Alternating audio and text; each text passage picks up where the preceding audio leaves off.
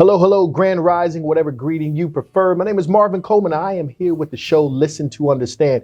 We've got a great topic rolling with you today. But first of all, I want to introduce my guests who are here today. So to my right, we have communication consultant and certified life coach, Shavon.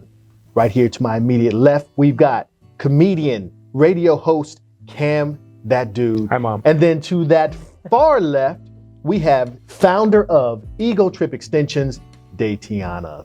Thank you guys for coming out. I mean, I really appreciate that. Great to be here. Look, Thanks are for we having ready us. for this show? Because we're going to be talking about relationships here. And we Yes. know that's always a hot button item when you're talking about relationships. But our goal really is to hopefully help people understand, give you some new perspective, but always to bring together, not only in knowledge, but we're even talking about the physical sense, the mental sense, the metaphysical, whatever it is. We want to help people be better in those senses, especially in relationships. So that's kind of where we're going today. I posted up a topic and an illustration, and that topic and that illustration really centered around the difference between being with someone and being together. And so I want to start that as the first topic that we talk about, because I think, unfortunately, relationships have become so disposable, you know, Right. and I want to talk about it from that aspect first, of course. What is the aspect of relationships as we or as you understand it from your own positions? My theory is changing. Okay. And it's changing based on therapy. I recently completed 2 years of therapy, and initially I thought relationships were about just, friendship. You love me, I love you, we're here for each other. But I didn't know what that really meant. Now I think that relationships should be with intent and purpose. Whatever you came to this earth for, I think that's what you should be building relationships off of. So in addition to that, I believe that what makes a solid relationship is communication, understanding the individual, understanding what you need, understanding what they need, and unconditional love. Because I think we, as a society, we don't really understand what unconditional love is. We have conditions. Cancel culture shows us this all the time. I love you, but if you don't speak like this, I don't love you. I love you, but if you wear your hair a certain way, I don't want to include you. So I think learning how to really love people for who they are, for whatever they're going through, I think that's what makes a great relationship. Well, beautiful thing. And you guys may hear some of these things over again, because I'm sure that a few of our other guests may have some of the same insight as well too. You said a ton in that I definitely want to jump on, especially the aspect of unconditional love and what that means, because I think when you're getting into a relationship, you want to be able to identify what that means, because there are several different definitions of what unconditional love is. And it's just so amazing that two people can come together and you think we're like-minded, but have different definitions to a few simple concepts that can really derail you and push you into a different direction. So thank you so much for that. Let's keep it going. When I think about my husband, I think that, and I'll tell him this too, I'm like, look, we got one life that I know about. And in this life, honey, I want to make sure you get everything that you wanted before you even met me. Let me write that down. What are your goals? What are your dreams? I want to make sure he's pursuing all of that. And just because I pop in his life, he should let all that go? No. Right. So there's a communication, as she said, to understand what are their intents with this life? What is your intent with your purpose? And how can we, support that, and vice versa. One of the things that I would also say is that you use a very key word in together. I will tell you this, that my husband, who we know what it feels like to be married, to divorce for all the reasons that people get divorced for, decide to get back together out of years later.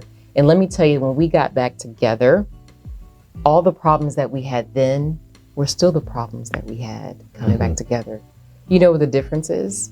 We decided to do things together. We didn't let the situation break us up. We didn't let the differences between us break us up. It was literally coming together and saying, hey, what is our agreement and how are we planning this with both people in mind and not just one? Wow. And if you think about it, I mean, you're taught how to do a ton of things. You're taught to read and write, tie your shoes, everything else, but no one teaches you how to do relationships. Right. No one teaches you what exactly that means and the importance of relationship. People don't teach you why it's valuable and why you want it and all of those things. And you said a couple of key things in that, and your experience of separating from your husband and remarrying again had to involve a host of things, not only the conversations around that, but probably some things like forgiveness and understanding and all of those things that people just don't teach you how to do that in relationships. So I appreciate you saying that. I know every time it's getting big, y'all. It's gonna get big in here, y'all. Somebody's gonna get healed in here, y'all. No, as somebody who has been married and now divorced, I've taken lessons from that. What relationship should be a word that I don't think people use too much, symbiotic. Like it should be beneficial to both people, but at the same time should be very effortless. Like as she said, we're in relationship with one another right now, and very much the platonic, in every word of the platonic sense, where we're sitting here and having a conversation. But you saw earlier pre-tape, we all came together and we were able just to have conversation just very naturally. And that's what a relationship should be day to day.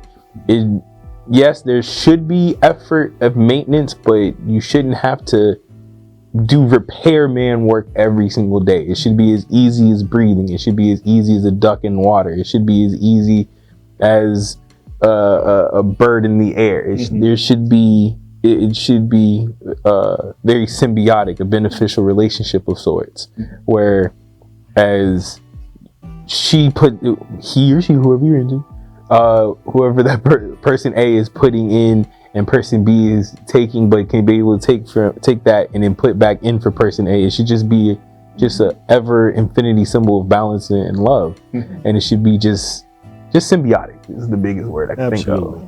Well, I'm one to believe that just like they teach home ec. I don't even know if they still teach home economics, in school anymore. They may have changed that. But I think just as much as they teach those type of things in school, they should teach that relationship piece as well too. And sometimes, you get, these other popular movements that will come in and say, let's teach that it's okay for same-sex marriages and let's teach that these things are okay, but we still in those senses don't teach how to come together in relationships. And no matter what those relationships are, they have the same problems. Same-sex marriages have the same issues that heterosexual marriages have and things like that. So just really focusing and teaching on relationship. One thing that I think about when it comes to relationship is just that word. There's a lot in that word, because relationship is like how we relate to each other. And I think that's the critical thing that often is missed in it, is that it becomes so one-sided so quick for a host of other reasons. And I'm one, I'm looking for that great relationship right now. I'm one of those statistics that they said during COVID, either people were gonna become closer and together and children, all of that, or people were gonna divorce.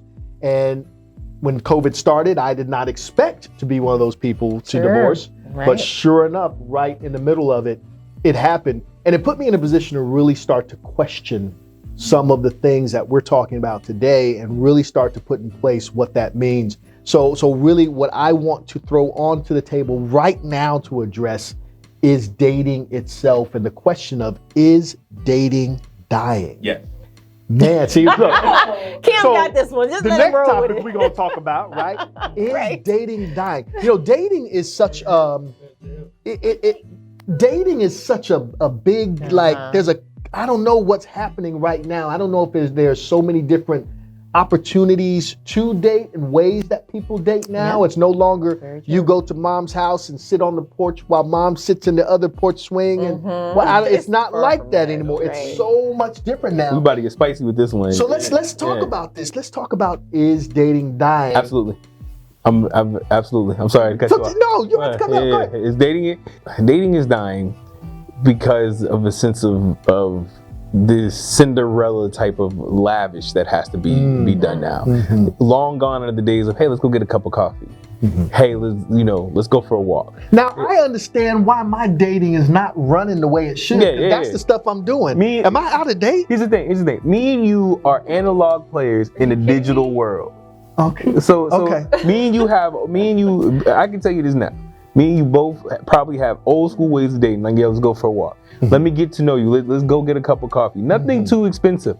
But nah, in this day and age, it's let's go. You got a Ruth Chris me. You got a Charlie's me. Wow. You do hear a lot of that. You gotta, it has to be lavish in this big presentation instead of this. I'm here to have conversation to see if I want to see you again. Right. Like now it's you got to spend $200 just to be able to spend the evening, spend some time in the evening with me, and it's like. Would you say that's majority of most women that you encounter, or a demographic? And I'm just going to be blunt, black, white. Well, first and foremost, I'm not gonna say that. Okay, right. I forgot about your attire. My bad. I'm saying, for my type of demographic, Yes. yeah. I mean, but here's the thing, and I'm lumping it together, and it's wrong with me to be prejudiced in this sense, but the majority of what I've encountered as far as the type of the black women that I'm trying to date, it has been that way. It's been that, you got to show me that you got a budget, and it's like, for what? For what? Why I gotta blow a budget? Why I gotta spend all this money? And I don't even know if I want to see you again. Like, I don't even know if you have good conversation. Like, I know you're pretty. I see it on Instagram. I see it everywhere. But I don't know if the conversation is there. Like, for me, again, analog plays in the digital world. For sure. Charlie's, the Ruth Chris, the Ocean, all the places, the fancy places they want to go. It's anniversary stuff. Right. That's you just got a promotion at work. Her face I is. see Datiana is struggling I can't wait for her to go over here. So I want to hear from her We just next. don't For watch sure. the whole thing. Yeah, it's really kind of coming together. No, continue. Wow. Go ahead. So Datiana, we are on this. Look, is dating dying? I'm sorry. And Go ahead. See, this is part of that analog type thing. Yeah. You're deferring and Yeah, and this you whole see what I'm thing. saying? So I want to know, Datiana, do you agree, disagree, for one, with the concept of is dating dying? No. And how is dating happening? I don't think dating is dying. Okay. I think that it's alive more than ever. Like, I speak life into everything. So in your mind, if you're saying your heart, I think everything starts here. So if you're saying it's dying, that's your reality. For me, it's a lot of options, a lot of great options, and I'm gonna take it back to, you really just have to go after the people who relate to you. Because you may see this person, you mentioned Instagram, you may see this person on social media and you see that she's pretty. I always tell my male friends, my brothers, pay attention to what she's presenting, because if she's presenting a certain lifestyle, she's already created that for herself. Those are her expectations. Like, for me, I'm going to take myself to brunch. I don't care if I'm single. I'm going to date myself. I'm going to take myself to brunch. That's beautiful. Whatever restaurant. Like, I want those experiences. I don't want to leave this life without going everywhere that I ever wanted. Vacations, restaurants. If I'm dating someone who's not interested in those things, we would have to really agree on other things. And I would have to go into the relationship understanding that that's something that you and I aren't going to do together, but we would have to have something else very much stronger, because I'm not going to give up that lifestyle if that's something that I can afford, something that I like. Like, I don't think Ruth Chris or Ocean Prime is something you should do on anniversaries. I like that once a month. I think probably what has been drawn here is the difference between maybe dating and relationship. Maybe dating and the concept, right? Because maybe dating is dying in the sense that things are moving from dating to relationship too quickly, or vice versa, or something to that particular nature. I'm just throwing that out there based on the dichotomy between the two conversations, because I think what Cam is saying is, man, you want Ruth Chris already, not necessarily that he won't do it, and you're saying there's a certain aspect of this lifestyle that I expect in that sense. And I think maybe the difference is not necessarily to date or not to date, but dating and relationship is different. And that actually talks about the preliminary conversations that should be happening before you even go on a first date. Because I hear this man and he's saying, you know, I think from a man's, I'm not a man, but from that perspective, I want somebody to know that they really love me. And that, well, not love me, but to get to know me. Right. Because you saw my pictures. You saw I got this. Oh, I'm cute. I mean, whatever. Like, so going to the coffee and not paying nothing, I'm down for that. Right, Like, right, just talking on the phone, like, we don't have to have all these things. And I know that's not what she's saying up front. I hear both of you. But I think the conversation before you even go on a date is to say, so what type of dating do you do? Yeah. What do you like? How do you like to build a foundation of a relationship? And that was You a know? point that I was kind of making, is that it sounded more to me like what Cam was saying and Datiana was saying was compatible, right? Yeah. It can work together in a sense versus it being one thing or the other, or the reason why one thing's alive and one thing is dead, but something that can be compatible and comes down to a level of, you know, communicating that out. I like honesty. So if a guy says, you know, I'm building my brand, you know, this is what I have going on. I'm looking, I can see you're out, you're doing this, you're doing that. Okay. You can't take me to this place. I have to make that decision. Just because you can't take me there now. I'm smart. I'm a hustler. I'm an entrepreneur. Like I'm gonna go get it. My man gonna have it. Like we gonna do this. So I love it.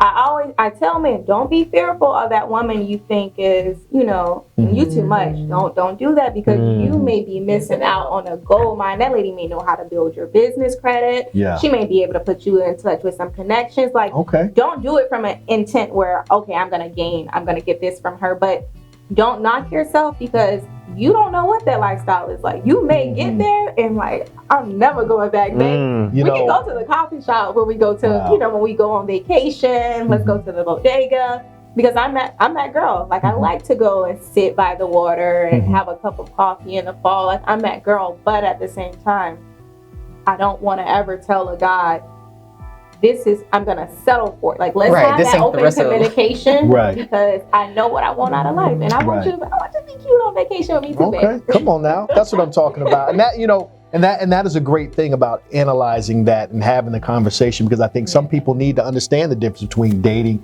and relationships. I'm one person to admit I have no idea how to date. I've just learned this, that I'm not good at it. Because I will do a Ruth Chris, I will do some type of stuff and then end up at the end of the day like, what was that about? Or end up after a little bit of time and it's like you've invested this intro into the relationship, and then you're like, what was that about, right? So not I. So it's a great point. You know, I understand that, and so I think having conversations like this and kind of talking to it, but also how you come together is really important. Why?